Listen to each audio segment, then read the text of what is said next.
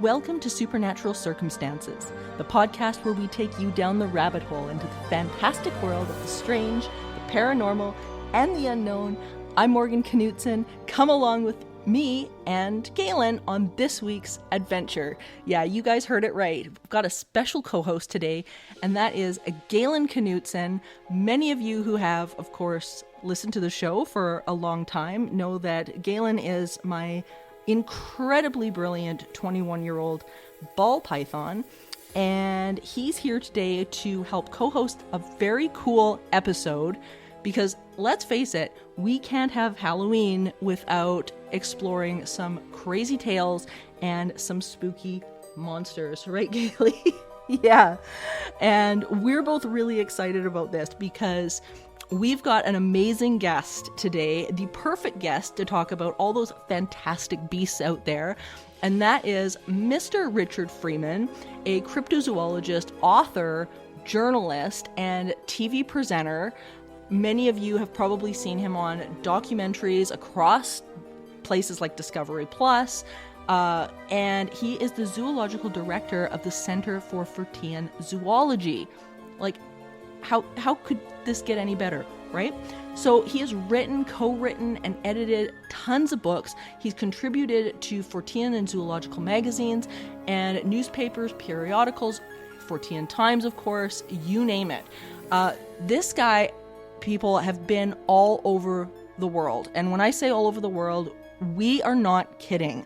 Everywhere from the far reaches of the jungles all the way into Russia, and exploring and documenting some of these incredible encounters. So, little Galen, we are very, very excited to introduce Richard to you guys and really just tell some incredible stories about some fantastic beasts, right? Yeah, absolutely. So, I don't know if you guys are ready, but I'm sure ready. Let's go.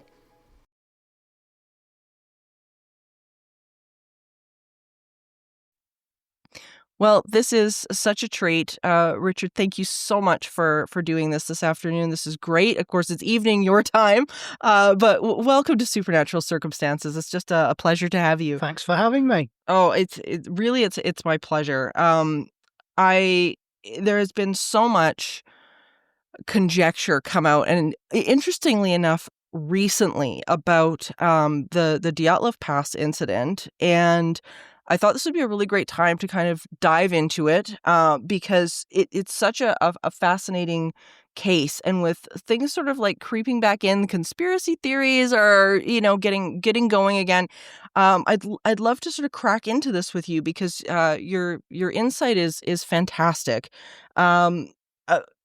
You've investigated so many mysteries over the years. How did this particular one come across your plate? Well, I heard about it fairly late on, only a few years ago, about 5 or 6 years ago.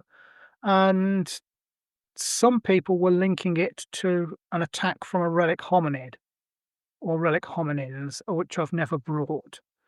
I think it's more likely that the people involved were hit by a slab avalanche and they had to cut their way out of the tent. So that was what caused a lot of the injuries. And then from then on, they died of basically exposure. And there's a thing called paradoxical disrobing. When you get incredibly cold, when you're getting hypothermia, you feel hot, so you take your clothes off, which makes things worse. And of course, after they died, they were scavenged by things like ravens and other small animals, which took the tongues and the eyes, which, if you know how animals scavenge, and you know what happens to carcasses, they're the first things to go. I don't think it was anything to do with relic hominins, and I have hunted relic hominins in Russia myself. That's really interesting because I've definitely been on the Yeti train over this case for since I've heard about it, and so that's really interesting. Can you talk a little bit about your experiences in Russia doing this? Because I mean, I think you're one of the first people from Europe or from the West that has gone over there to do this. There hasn't been many. No, and there's not going to be anytime soon. Right? Until the dead-eyed Kremlin is gone. will not be going back over there again until that bargain basement Hitler is worm food.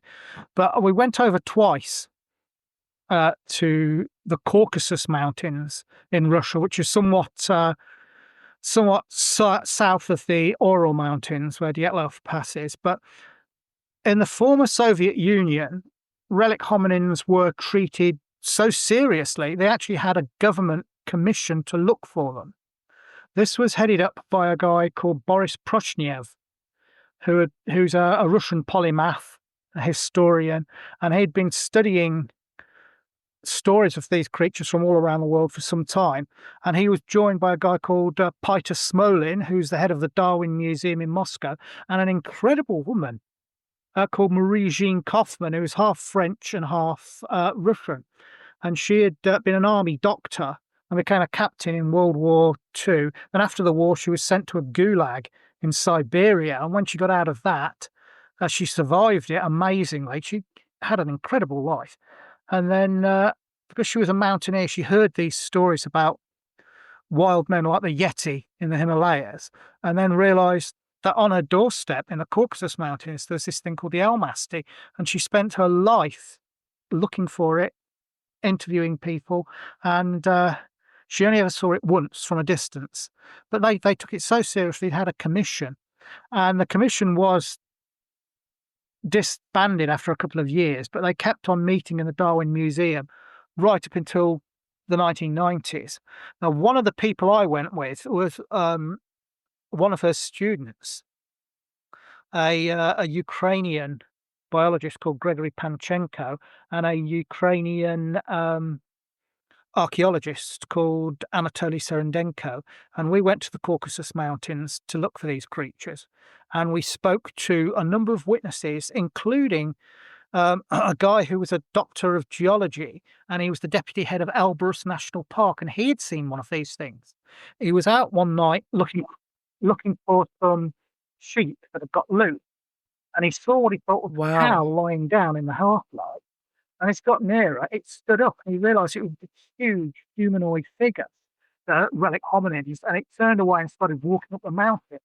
Yeah, they often approach houses and farms in the country, even on the edge of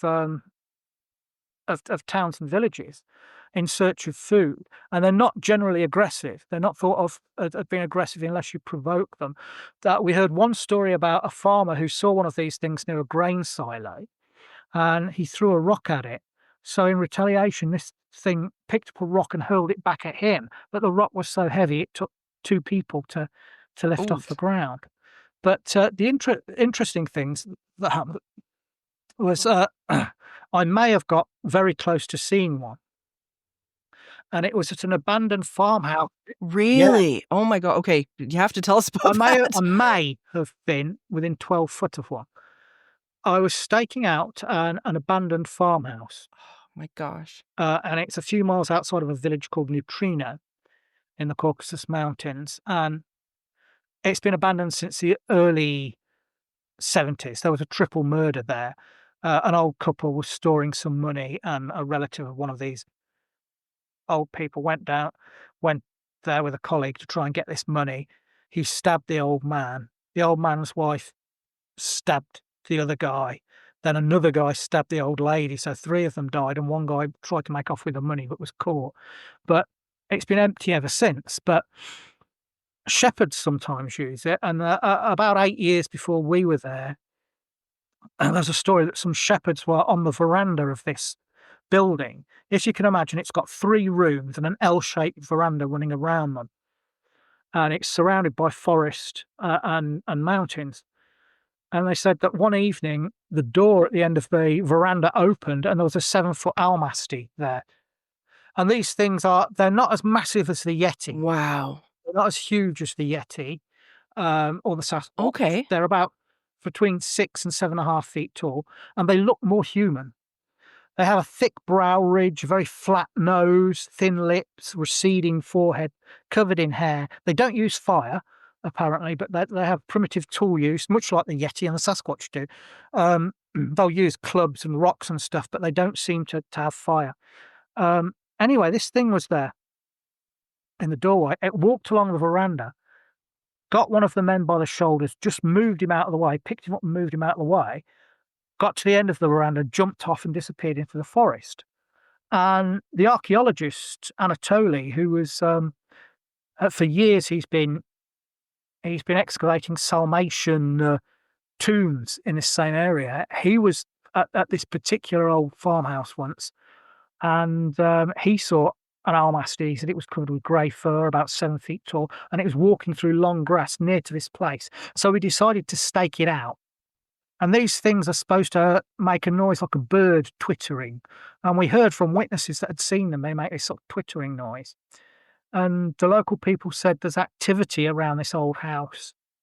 And so we staked it out. There was myself and Anatoly and a guy called Adam Davis, you may have heard of. He's another British cryptozoologist who now lives in the States. Yes. And a guy called Dave Archer. And we were there ready with our cameras, and the camera traps were set up. About 10:30 at night, I heard this twittering sound. It's dark, so there wouldn't have been birds around. There's this bird-like twittering, and then one of the cameras goes on. The camera traps flashes nothing. Good Lord, is that what I think it is? Have we got an almasty on camera? And then nothing happened till about 2 a.m, and it was getting rather cold, so we went inside the farmhouse and warmed ourselves around an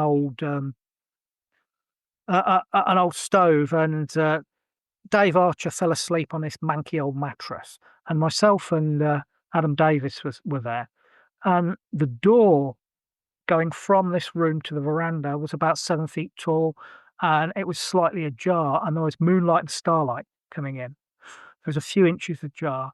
Then all of a sudden we hear this deep guttural vocalization. It sort of goes boom, boom, boom, boom, boom. And I can't really imitate it. It sounded like something with a huge chest, a huge lungs, and a huge diaphragm making this noise. And it certainly wasn't any animal I'm familiar with. And I used to be a zookeeper. I worked with over 400 different animals. And I said to Adam, "Did you hear that?" And he said, "Yeah." Then about 25 seconds later, something walked along the veranda.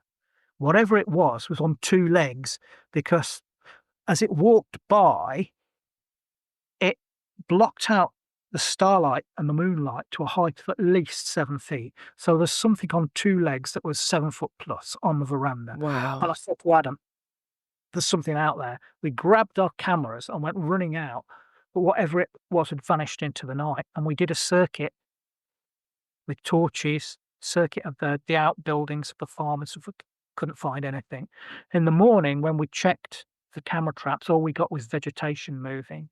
So was that an almasty? Did we get close up to an almasty? I don't know. But Gregory Panchenko, in a different farmhouse, he was told a few years before this, this was the mid-90s when this happened, this particular story, but he was told by a farmer about an almasty, a young almasty, that would come into his barn at night and play around with an old mare that was tethered there, and it would plait the mane of the hare and amuse itself. So he staked it out, left some food, milk and meat and bread and fruit out, and hid in some straw, and he fell asleep. And when he woke up, it was dark, but he saw that a hatch at the top of the barn was open and the food and drink was gone. And there in the moonlight, only about 10 or 12 feet from him, was a subadult almasty covered with long grey hair. And he said it was messing around with the mane of this old mare, and it was making a sort of twittering noise and then smacking its lips up and then making this bird-like twittering noise. And then when it sufficiently amused itself, it jumped up into the rafters and ran out of the hatch. So he was very, very, very, very close to one. But time and again we heard these stories. An old couple, we met an old couple. The lady had seen one just when she was a little girl, just after World War II, and it'd been throwing mud at a house, and the children in the house were all frightened of it and they're all crying. But it didn't seem to be aggressive. It just seemed to be entertaining itself by picking up bits of mud and throwing it against the side of the house. And once again, making this twittering noise. And it was covered with this long hair. And the man, he said he saw a young one just a couple of years before. He was in his house watching television at night, and his house is on the edge of a village. And something hit the window. Something was throwing small stones at the window. And he thought it was his son. And he said, "Come on in, the door's open." But nothing happened. And the stones kept hitting the window. And he looked out of the window and he saw one of these creatures, a young one, about 4 or 5 feet tall, crouching in the shadows. And it seemed to have another one with it. So he let some bread out for it. And they both of them took the bread. Yeah, it's so interesting. Like, the Almasty has always fascinated me because of there's clearly differences between what people are describing as Yeti and things like that. But the backstory with the Almasty as well. Are you familiar with the case of Zana from Yes, Russia? Unfortunately, Zana's a red herring. Zana turned out to be a red herring. She was. Yeah. So can we talk a little bit about that? Because that was very interesting to me. Yeah, in the 1850s, the story goes that this wild woman was caught in Georgia, not in Russia, in Georgia, in the mountains of Georgia. Not Georgia as in America, Georgia the country, not the state of Georgia, the country near Russia. And she was very wild and aggressive, covered in hair, had black skin, big teeth. She was immensely strong, and she couldn't be kept indoors because she'd sweat profusely. So she was kept outdoors, in an enclosure outdoors. And eventually she calmed down and became tame, and she would do chores around the farm. She was brought by a farmer from the hunters that lassoed her. And she would carry bags of corn and flour about and things like that. And she would eat fruit and raw meat and drink water, and she could crack walnuts with her teeth, and she was immensely strong. She could go behind someone that was sitting on a chair, bite the back of the seat of the chair and lift them up with her jaws and teeth. And some of the local men got her drunk. She was very fond of liquor. If she got hold of any kind of booze, she'd drink and drink and drink till she was insensible. And then in that state, a lot of the local men raped her, and she's supposed to have had hybrid children, some of which were still living well into the 20th century. Zana herself died in the 1890s, and some of the Russian people tracked down her surviving children and grandchildren. There was one man called Quit, and if you look him up online, you'll see a picture of him. And as soon as you see him, you'll know he is not a human hominid hybrid. He's a fully modern man. And eventually they found Zana's skull, and they found the skull of Quit, and they looked at them and they took DNA from them. And it turned out that Zana was an African woman. So how she got to the Caucasus Mountains, what happened to her, nobody knows. But she may have been suffering, well, she almost certainly suffering from mental problems, because she'd never learned to talk. She just made these guttural noises, and she was covered in hair, so she may have had some condition like hypertrichlosis that gives you lots of body hair. So she wasn't a true Almasty. So that whole story, fascinating that it's a red herring. Yeah, there's another story like this. We heard about a man called Mr. Yatin. And it was said that he was half Almasty, that his mother had been raped by an Almasty. And Mr. Yatin had passed away, but we got some photographs of him. And you could see he wasn't a hybrid. He was a modern man. He was just very hairy. He had his great big beard, great big black and white beard like a badger clinging onto his face, and this great big monobrow, like President Brezhnev. If you remember Brezhnev, the Russian leader, he had this big, sort of like that.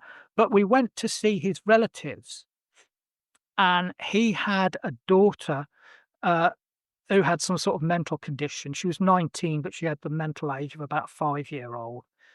And we heard another story that it wasn't him that was half Almasty, it was her. And that's why the way she is. So if someone has some sort of a birth defect or if they're very hairy, or if they're mentally challenged. It's a common thing that to say that they were a human Almasty hybrid. And you get this story again and again around the world about human hominin hybrids, but they always turn out to be nonsense.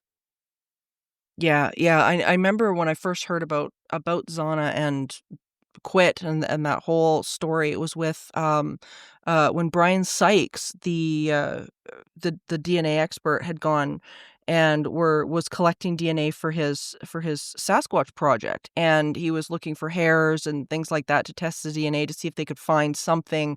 And for people listening that don't know who Dr. Brian Sykes was, he was the founder of the Seven Daughters of Eve project, which was to try to trace back the origins of people and to certain individuals and things like that. And he took on a project to try to uncover the origins of Bigfoot and whatnot because of his own experiences. And I remember when they tested the DNA and they looked at Zana in this case, and it's like you almost wish that it had have been an Almasty that they found, because Zana's story is so tragic. And it's so sad. Like, it has a whole other layer of like horrible problems that come with it if that was true, you know? It is, yeah. I knew Brian Sykes. I worked with Brian Sykes. I brought hair samples back from Russia for him, but they turned out to be from modern humans. Also, I've looked for other primates as well. I'd searched for the Yeti in northern India, in the Garo Hills, where the local name for the Yeti there is Mandai Barung, and it's very different from the Almasty.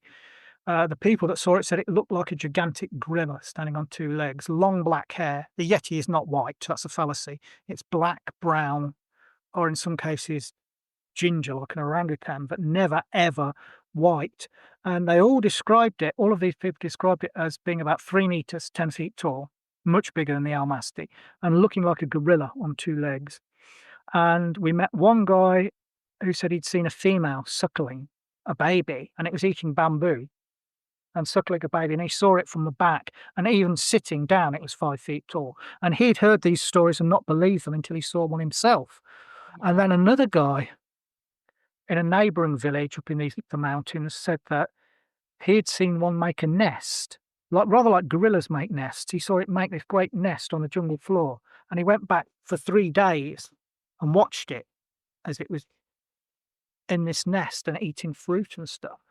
And another guy said he was he was a shaman, and he was out collecting herbs when he was younger, herbs and stuff from the jungle. And he saw one, and he said that it roared at him and it shook the bushes and trees, very like a gorilla does, a threat display, an intimidation display. And he Sure, yeah. yeah, but these things were much bigger than the Almasty and much more ape-like than the Almasty. And of course, there's the orang pendek. Right. Yeah, we've had a couple of cases, just in Canada in regards to Sasquatch, of that tree shaking that you're talking about.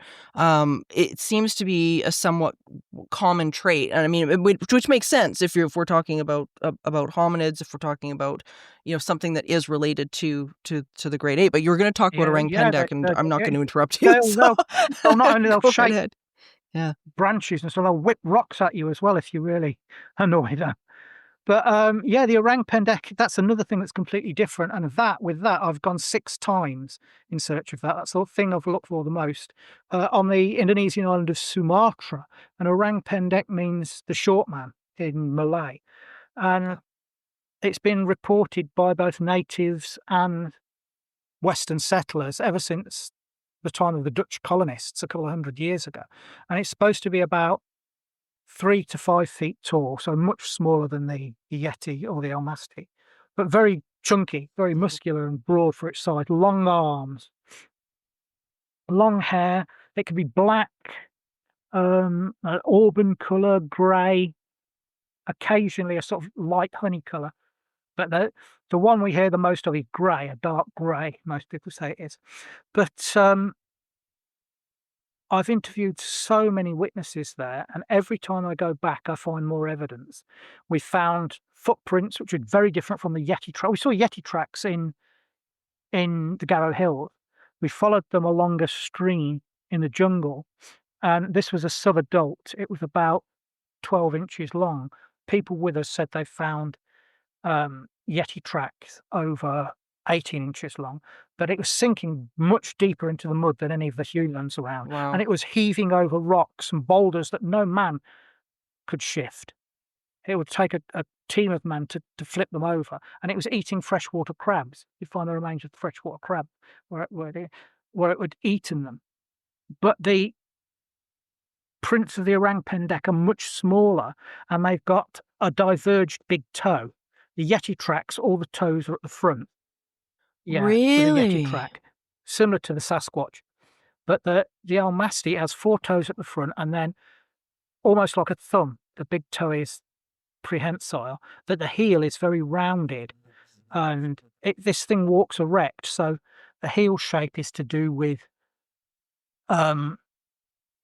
weight distribution and walking erect. Right. Yeah, and I found footprints and handprints, and I've cast them. So on one of the expeditions, next to a track, we found hair, and we sent that hair to a guy called Lars Thomas, who works with Copenhagen University in Denmark, and he is a expert on mammal hair, one of the world's leading experts on what they call dander, the hair of animals. And he looked at this hair. They couldn't get DNA out of it because it was too fragmented, but he looked at the structure of the hair, and he said it was similar to, but distinct from, the Sumatran orangutan. And he was forced to conclude that there was a large unknown primate in Sumatra. And we think, due to this hair analysis, that it's a type of orangutan, but one that walks upright like a man and lives on the forest floor. It doesn't live in a tree like the other orangutans. As recently as 2017, there was a new species of orangutan identified in Sumatra, the Tapanuli orangutan, that's genetically different from both the Sumatran orangutan and the Bornean orangutan. So we think that this 4th species, the orang pendek, which is this dark-furred, upright walking orangutan that lives on the forest floor. But one of our team, one of our guides, Sahar Dimas, who's sadly passed away now, and Dave Archer, who's the guy that fell asleep on the mattress in Russia, first day in the jungle, they were there, they actually saw it. And Dave said it was squatting in a tree, trying not to be seen, huddling up against a tree. And he said it had this thick black fur, very like a mountain gorilla. Wow. He said it was the size of a large chimpanzee, but then the face looked very human, disturbingly human-like. And then it realised it had been spotted, and he could see it looking round, alarmed.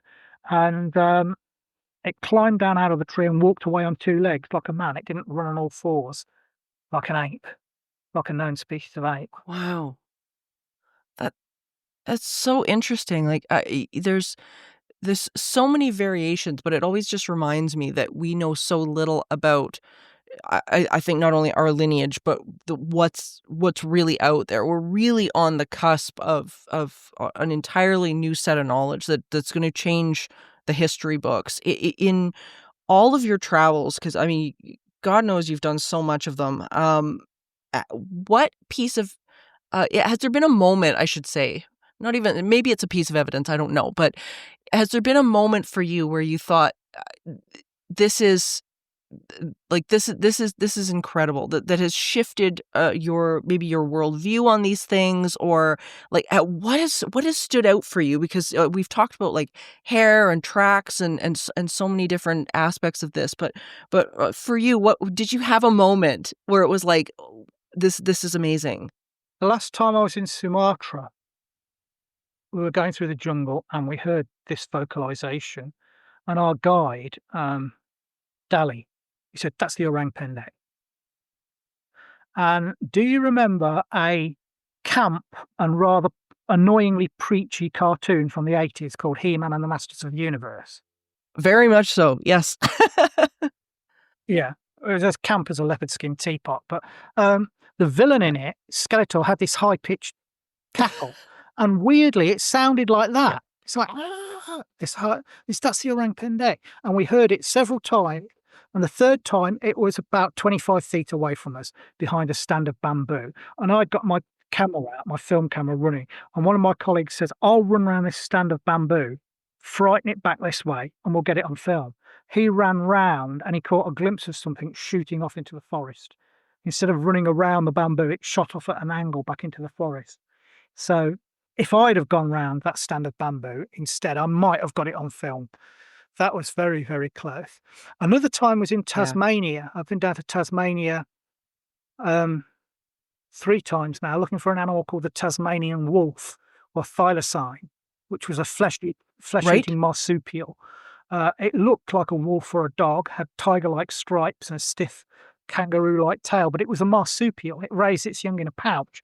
It's an example of what we call convergent evolution, where two animals, often on opposite sides of the world, that are not at all closely related, evolved to look like each other. Another example would be the vultures you get in Asia and Africa are not at all closely related to the vultures you get in South, Central America and parts of North America. The ones in the Americas are more closely related to storks, and the ones in the old world, in Asia and Africa, are more closely related to the hawk family. But they do similar things, have similar lifestyles, so they look like each other. It's the same with the Tasmanian wolf. It looks like a wolf, but it's a marsupial. It's supposed to have been hunted into extinction in the 1930s, the last one dying in Hobart Zoo in, I think, 1937. But since then, there have been over 4,000 sightings, including one by a park ranger and one by a zoologist, sometimes from very close range. And I've been over there now 3 times, and I've talked to people that have seen it. I've talked to a guy who has a government license to go out and shoot feral cats, which are a bloody menace wherever they get established. They kill all the birds and small mammals. And he goes out shooting them into the deep forest, and he's seen it twice. I met another guy who's in the 1970s, he was working at a hydroelectric plant, and on his way to work, him and a car full of people, about 5 people, saw one of these things. It stepped out into the road in front of them, and they all got a good view of it. Another guy also saw it from a car. This guy ran an arboretum, and he said a few years back he was driving between the 2 main cities in Tasmania along this country road, and he saw one running along a barbed wire fence, looking to get under a barbed wire fence. And not only he saw it, but the car behind him, which had a load of people in it, they saw it as well. And these other people reported it to the newspaper. We've got so many witnesses, good witnesses, that had seen this thing close up, not fleeting glimpse. But in the records, the old bushmen and hunters and people and farmers that lived in the outback in Tasmania in the 19th century and the early 20th century, they said that the smell of the Tasmanian wolf was similar to a hyena, very distinctive smell. And I know what a hyena smells like. Interesting. And one time I was walking down a remote forest path, and I got this smell exactly like a hyena. And it was like this thing had crossed the path maybe minutes before and left the scent behind it. And we set up a camera trap there, but we never got anything. Yeah, I had a encounter here that was really interesting. I live in Alberta, which is sort of a hot spot for pretty much everything, Sasquatch, you name it. We've got it all. And I had an interesting encounter that I still don't have an answer for, but I ask everybody, and I'll ask you to weigh in on this as well. I was investigating at the time an acreage out here, and a lot of we have a lot of terrain out here, everything from swamps to prairie to woods to everything. And we found these interesting tracks that went down towards this swamp area, and the tracks started off, there was deer, there was elk, there was a moose track. And interestingly enough, by the time you went down the slope and you got to the bank of this swamp, these tracks showed up. And I mean, this was private property. It's not like there's, anybody wandering around on this property. These tracks showed up that were huge. Typical, 18-inch, huge tracks, clearly hominid of some sort. Oddly enough, it had 3 toes from what we could count. And I'd never seen that before. I thought it was just so strange. And what was even more odd was that the moose track, moose, they're huge. They're so big. They're so heavy. The moose tracks were sunk quite far into the mud. They were down probably at least 4 inches into the mud. These massive feet tracks maybe indented, I would say, no more than an inch and a half into them. It was so strange. And we got photos of them. We've got the works. And later that night, I had a workshop that I was hosting out there, and there was this horrendous smell, which I can only peg as either Sasquatch or something. It was unlike anything I've ever smelled before. And it hung around for, I would say, maybe 3 or 4 minutes, and then it lifted and was gone as quick as it showed up. But these tracks were so fascinating. And I don't know, have you ever heard of anything like that? Well, I've heard of 3-toed tracks being found before, but primates don't have 3 toes. They all have 5 toes, so these are really strange. Right. Unless it had some sort of birth defect, or it's not a Sasquatch at all. It's something entirely different that we've got no idea about. Yeah, and that's what I began to wonder as well. Like, it was so odd. And I ended up actually sending photos of them to a guide up north from us in a place called Grand Prairie, and he's been around the block a million times, just like leading people. He was a professional tracker and whatnot, and he wasn't sure either. Like, he was questioning as well what it might have been, and he pinned it to some First Nations lore here of a creature that I'd never heard of before, and for the moment the name escapes me, but I thought it was so interesting because I've never seen this, and the track in and of itself looks like like you'd think a Sasquatch track would appear as. It had the heel, it had a mid-tarsal break. It was it had the structure except for the toes. And it was, I don't know, it was the strangest thing. And I've never found one again. I've never heard of anybody else finding them, but it seemed to be just sort of hanging around. And I thought it was really interesting that the tracks in and of themselves seem to start with this trail of like deer and moose and elk tracks that seem to roughly be within the same time frame appearing as this 3-toe track. It was just the oddest thing. So yeah, that was my odd story that I still have not found an answer for. I'd love to take a look at them if you can send them to me. I'd love to have a look. Absolutely. Yeah, absolutely. Like, it's just the most odd things, but I'm sure you found some pretty strange things in your travels as well. Has there been anything like that stood out to you that you're like, I honestly don't know what the hell this is? Oh, that's a good question. I've had that moment a few times. That's why I'm asking. I have on several occasions heard of modern day sightings of dragons. Literal dragon, not just big lizards or big snakes, but literal dragon. Can you talk about that a little bit? That's so interesting. Well, I heard some from Mongolia when I was in Mongolia looking for something called the Mongolian death worm. And this is a burrowing creature that's supposed to be red in colour, about the length of your arm, and shaped like a salami or a draft excluder. And it digs through the sand, and it's supposed to come up occasionally after rain, usually. And the local people are terrified of it. They believe it's venomous and it can spit a corrosive saliva. And we went for about 1,000 miles through the Gobi and talked to people of all ages that had seen it. One guy, my own sort of age, had seen it just the year before, and an old guy had seen it back in the 30s when he was a kid. And we must have talked to 24 people that have seen this thing, and it can throw a whole area into a panic when they appear, and they'll just pack up their tents and get their animals and get out of there. But also we heard stories of dragons, and in Mongolia, they're called lurk, L-U-U, and they're associated with rainfall and are supposed to come down from the mountains in clouds and bring rain, or they're associated with watercourses, rivers and wells and stuff. And there was a story back, I think it was the early 90s, of people seeing a dragon coming up out of a well, this great serpentine animal coming up out of a well.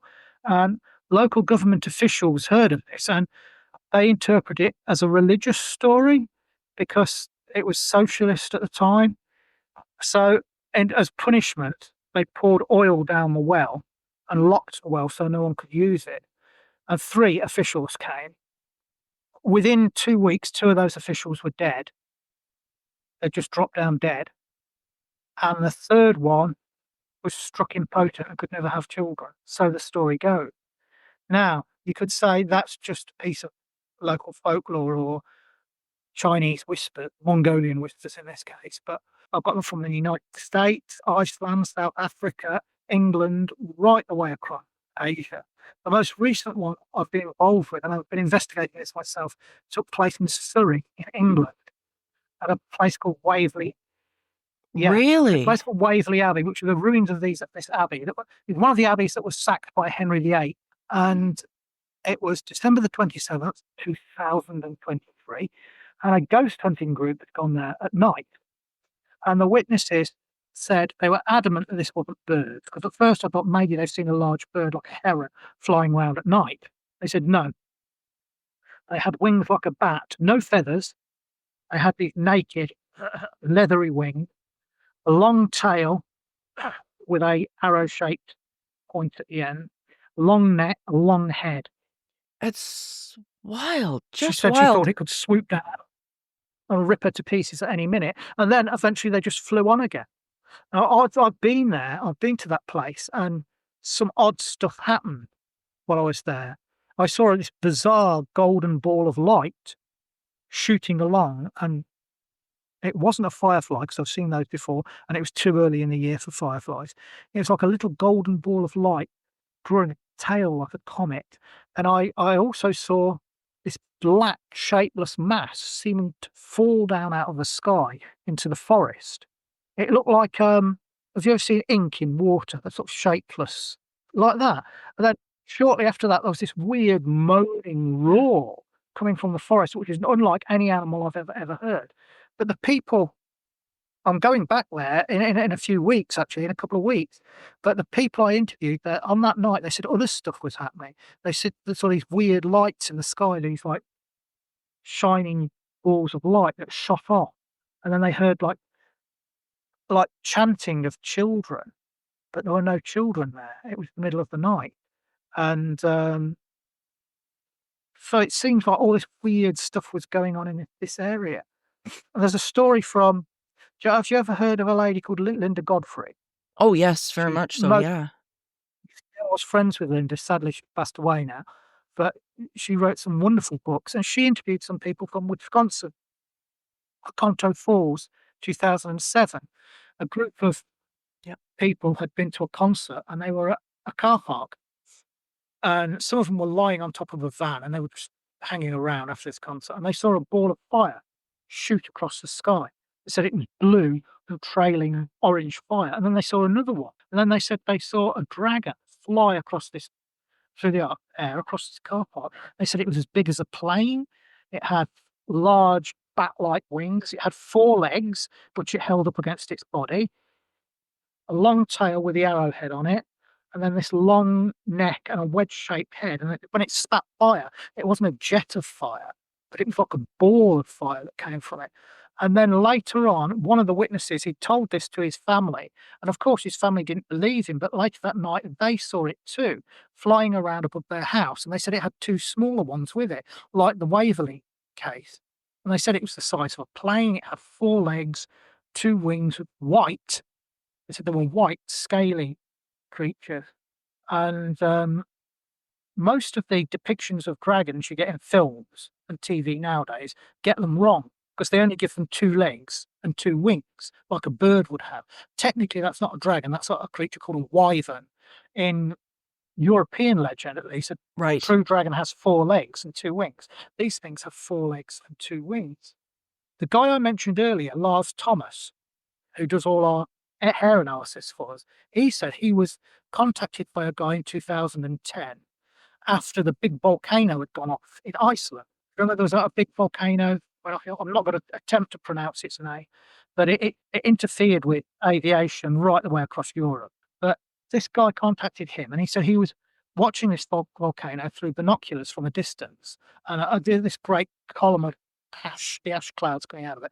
And he said he thought he saw a plane flying around in the ash cloud. He thought, God, a plane has been caught up in the ash from this volcano. And then he said, then the plane started flapping its wings.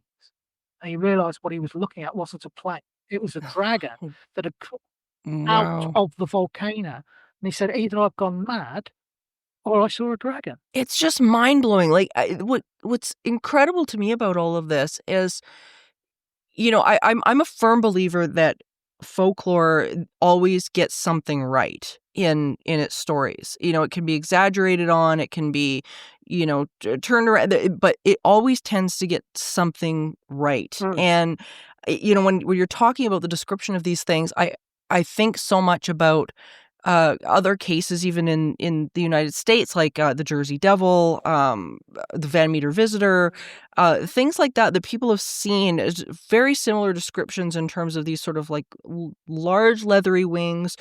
People are not wavering on that description. Like, you know, they've come out with different descriptions about bodies and things like that, but there's certain things that they absolutely do not waver on. And I remember reading, I think it was Napoleon Bonaparte, I think it was his brother that had actually shot at one point with a cannon, and he said the cannonball just went right through. It was like this thing was like non-physical. It was so odd. And so what do you make of this? Like, I mean, because here we are, you know, we're taught all our lives, that doesn't work, you know, but something's happened. Yeah, I don't think these are flesh and blood animals in the way like the Tasmanian wolf and the Yeti are flesh and blood animals. So I think there's something they're paranormal manifestations, and they may be the oldest of all the paranormal manifestations. The dragon legends go back 75,000 years, long before demons and vampires and werewolves and any other monster, and they're found in every culture on Earth. But they do seem to they can have physicality to them. There's a case from South Africa of a farmer in 1977.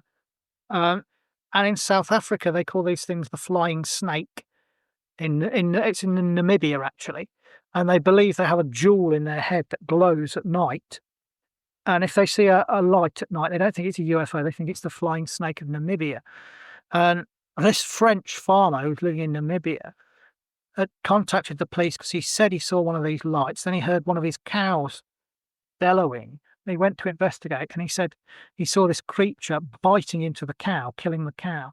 And he said it had a great serpentine body, bat-like wings, this glowing jewel in its head, a big wedge-shaped head with teeth that was ripping into the cow, horns. And he said smoke was coming from its nostrils, and it had a smell like burning rubber to it. And he said the only thing I could tell you it looked like was a dragon. Now, years and years and years before, there was a white farmer's son, and his name was Michael Buthestein, if I remember correctly. And he had gone out tending to cattle, and he'd heard all these stories from the local people of the flying snake and didn't believe them. And then he said he was looking up onto a ridge and he saw one of these things, and it came swooping down towards him. And he said there was a smell, again, like this burning tar smell to it.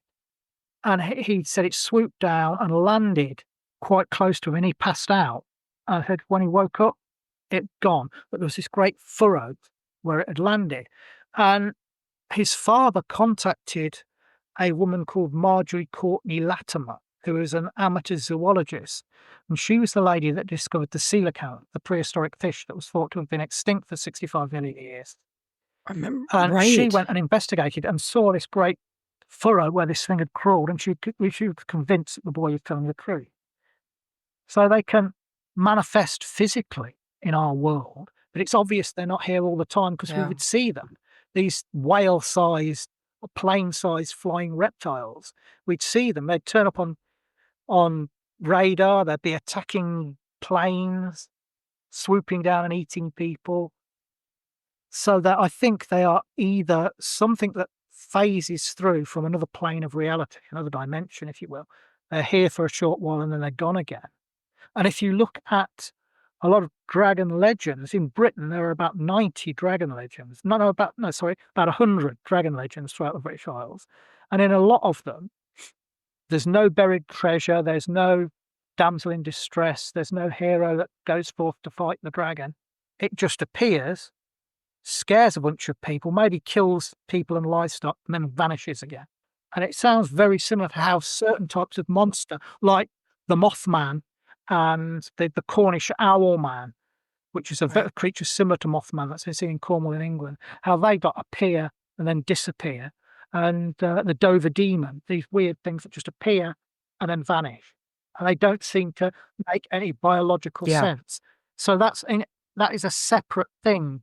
If you're painting with a very broad brush, monsters fall into two categories. There are the true cryptids, which are animals unknown to science, animals which we thought were extinct that might still be around, and animals that have grown to giant sizes, like giant crocodiles, giant pythons, giant anacondas. And then you've got, for want of a better word, the supernatural ones, like dragons, demons, werewolves. And the werewolves we see today, like the Beast of Bray Road, the werewolves from European legend. Because in European legend, a werewolf was somebody who often they were given a wolfskin belt or jacket, either by the devil or a sorcerer, and they put it on and they transformed entirely into a wolf, indistinguishable from any other wolf, except for perhaps maybe weird behaviour. Not this man-wolf hybrid. So it seems like the phenomenon is manifesting how we expect it to, because we've got this Hollywood idea of the werewolf being a creature walking around on its hind legs, half man, half wolf.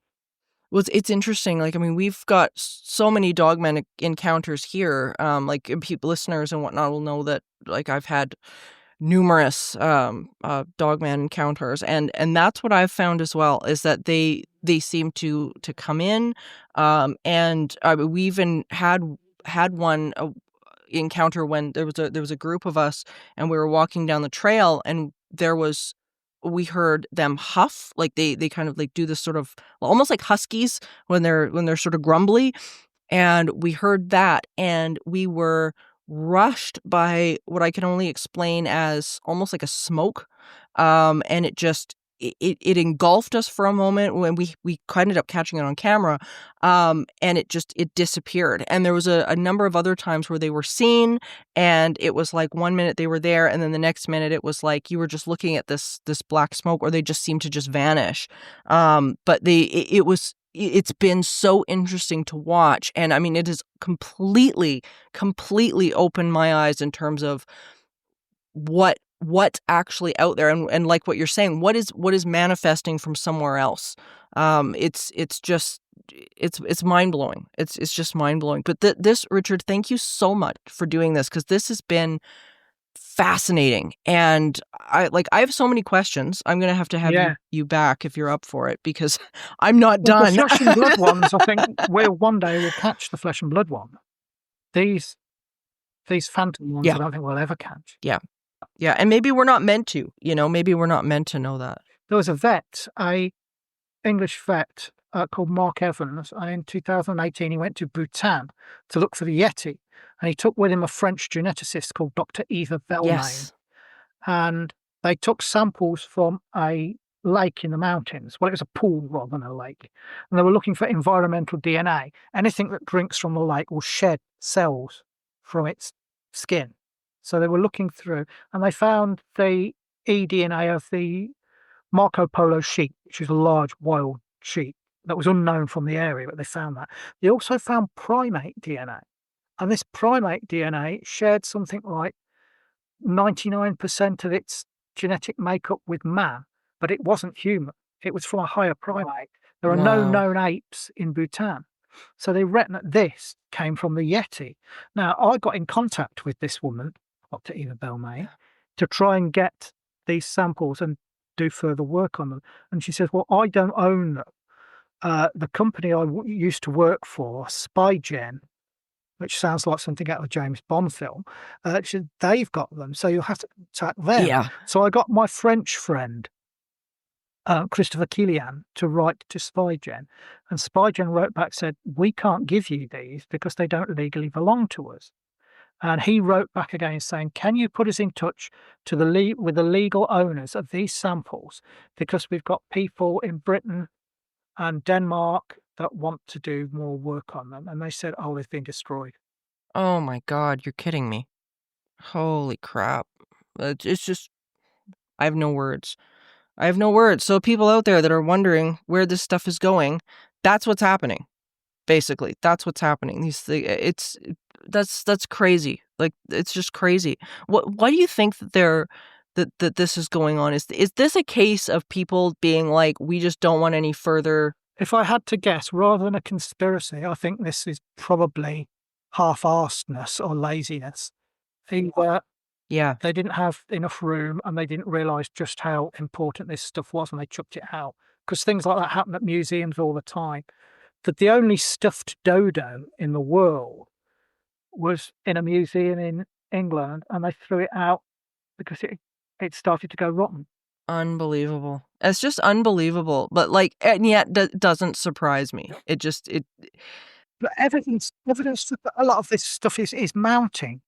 In 1959, there was a Belgian pilot. His name was Remy van Leyden.